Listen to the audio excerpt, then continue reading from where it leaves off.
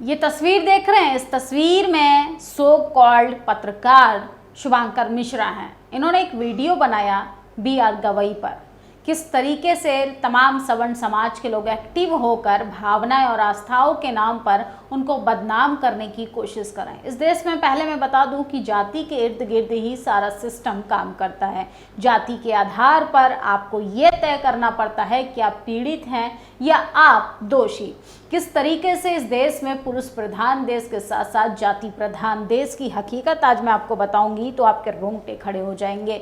एक मामला जाता है खजुराहो में कि एक मंदिर में विष्णु की मूर्ति को लेकर एक याचिकाकर्ता लेकर कहता है कि मूर्ति का सिर जो है वो खंडित है, उस पर कोई विचार विमर्श किया जाए।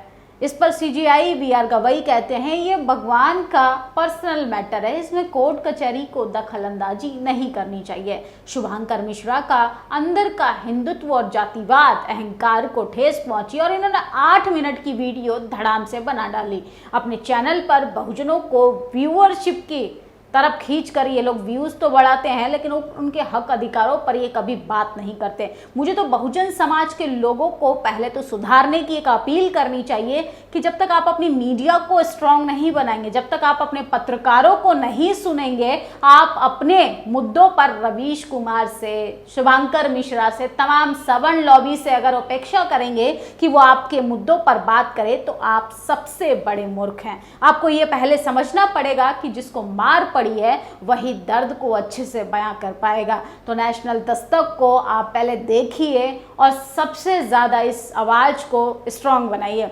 लेकिन सोचिए बी.आर. गवई का क्या कसूर है? वो तो देश के न्यायाधीश हैं, सुप्रीम कोर्ट के चीफ जस्टिस हैं। उनके एक स्टेटमेंट पर तमाम एकमात्र जाति के लोग उनकी आलोचना क्यों कर रहे हैं? वहीं अगर बात करें कि अयोध्या मंदिर पर फैसला देने वाले तमाम सवर्ण समाज के लोग एक बौद्ध भंते को कहते हैं हाउ डेयर यू, तुम्हारी हिम्मत कैसे हुई कि आप अयोध्या को साकेत नगरी कह सकते हैं और 1 लाख का जुर्माना ठोक दिया। वहीं अगर बात करें बी.आर. गवई की तो सोचिए जब से इन्होंने ये स्टेटमेंट दिया है जमकर आलोचना हो रही है और कह रहे हैं कि करोड़ों लोगों की आस्थाओं को ठेस पहुंचाई। शुभांकर मिश्रा को शायद पता होना चाहिए कि जब बहुजनों को, जब बुद्धिस्टों को, इस देश के मूल निवासियों को हाउ डेयर यू कहा जा रहा था, क्या शुभांकर मिश्रा ने वो वीडियो बनाया? क्या इस देश के रिजर्वेशन पर वीडियो बनाया? वर्गीकरण के मुद्दे पर वीडियो बनाया? नहीं बनाएंगे। कैसे एनएफएस कर बच्चों को निकाल दिया जाता है, इस पर वीडियो बनाया? कैसे नॉट फाउंड सूटेबल कहकर एसटी एससी ओबीसी को अलग छाट दिया जाता है, इस पर वीडियो बनाया? लेकिन नहीं, आस्था और इनके धर्म को आगे रखकर इस देश के मुख्य न्यायाधीश को बेइज्जत करने का अगर कॉपीराइट जाता है तो सिर्फ सवर्ण समाज के लोगों को छाती पीट रहे हैं। कल से किस तरीके से कह रहे हैं कि सीजीआई बी.आर. गवई ने अपमान किया हिंदुओं को। पहले तो शर्म आनी चाहिए ऐसे याचिकाकर्ताओं को कि ऐसे मुद्दे पर आप लोग सुप्रीम कोर्ट क्यों जाते हैं। जब असल इतिहास पर बात होगी तो सच सुनना और सच देखने का भी साहस अपने अंदर पैदा करना चाहिए।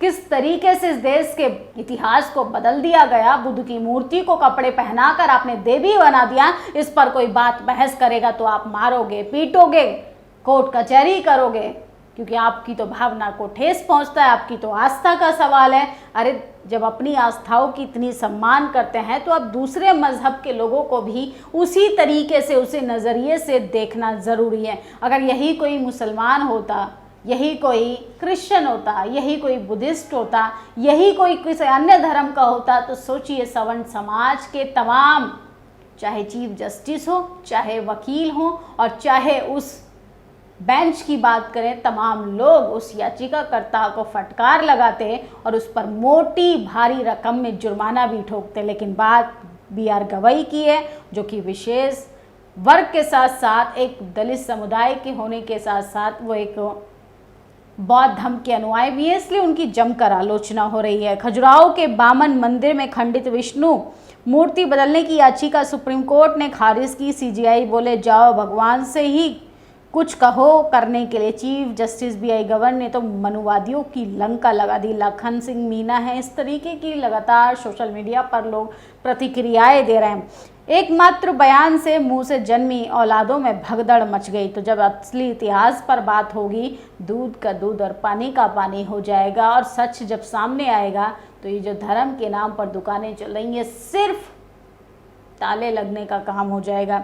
हमें किसी की आस्था पर गलत बयानबाजी नहीं करनी चाहिए, सबकी अपनी अपनी आस्था है, लेकिन हिंदुओं ने बोध गया माँ बोधि विहार पर कब्जा क्यों किया हुआ है, ये निहायत ही घटिया मानसिकता का प्रमाण है। बीटी एक्ट 1949 को रद्द किया जाए और बौद्धों की विरासत बुद्धिस्ट अनुयायियों को ये सरकार को देना चाहिए। लेकिन नहीं, ऐसा नहीं होगा। फिर पंडों की दुकानें कैसे चलेंगी? वहाँ पर जो बुद्ध के नाम पर मलाई खाते हैं, विदेशों से मोटा चंदा वसूलने का काम करते हैं, वो कैसे होगा?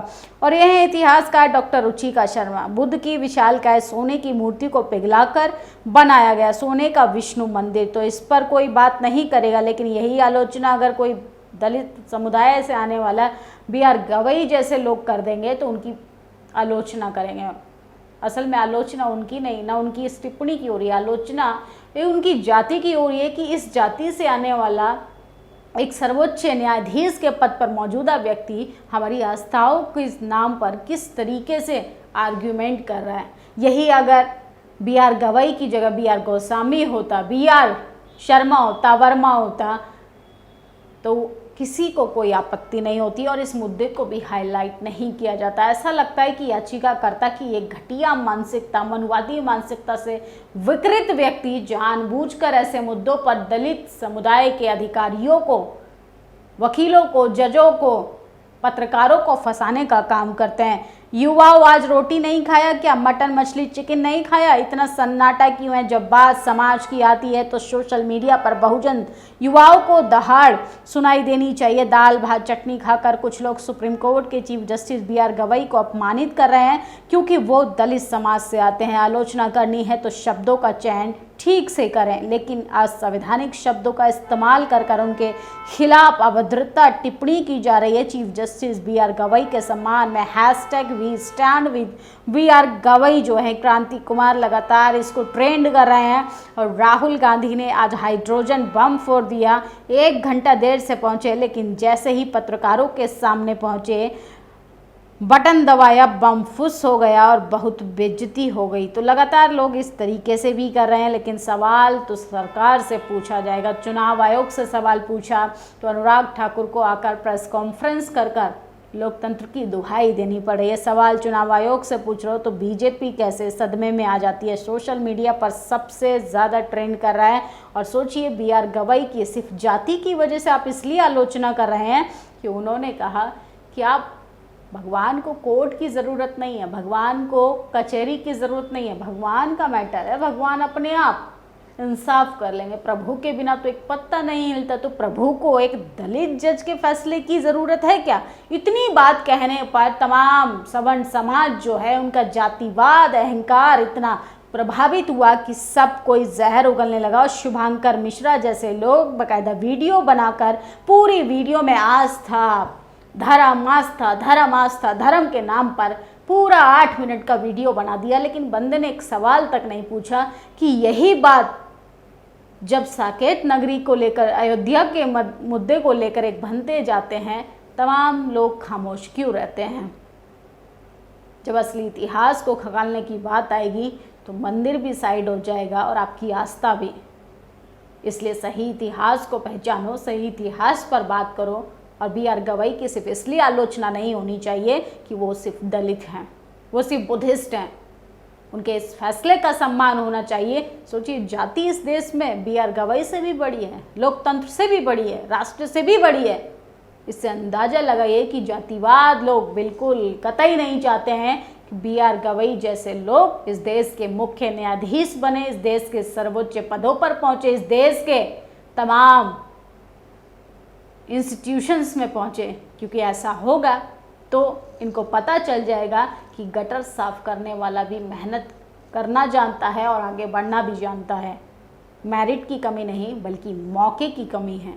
ये जातिवादी, मनुवादी चाहते हैं कि BR गवई अपने पद से इस्तीफा दे दें, सिर्फ इसलिए कि आप तुम लोगों की सोच को क्रिटिसाइज कर रहे हैं। इसलिए शुभांकर मिश्रा को भी मिर्ची लग रही है और तमाम सवर्ण समाज, मनुवादी समाज से आने वाले लोगों की छाती, कलेजा फटकर बाहर आ जा रहा है। असली इतिहास खंगाला जाएगा तो युद्ध नहीं बल्कि ये बुद्ध की धरती है। किस तरीके से इस देश में बुद्ध की मूर्ति को कपड़ा पहनाकर दुकानें ही चलाई जा रही हैं, सब सामने आ जाएगा। उस दिन आस्था ना बचेगी, ना धर्म बचेगा, सिर्फ बचेगा सच, मानवता, करुणा। तो इसलिए बी.आर. गवई के स्टेटमेंट पर आप लोगों की क्या प्रतिक्रिया, अपनी राय जरूर दीजिएगा। शुक्रिया। दस्तक की आपसे गुजारिश है कि अगर इसको बचाना चाहते हैं तो नेशनल दस्तक को सब्सक्राइब करने के लिए रेड कलर के सब्सक्राइब बटन को दबाएं, फिर बेल आइकन की घंटी दबाएं। नेशनल दस्तक को बचाने के लिए बहुत जरूरी है कि हर खबर को शेयर करें, लाइक करें, कमेंट जरूर करें।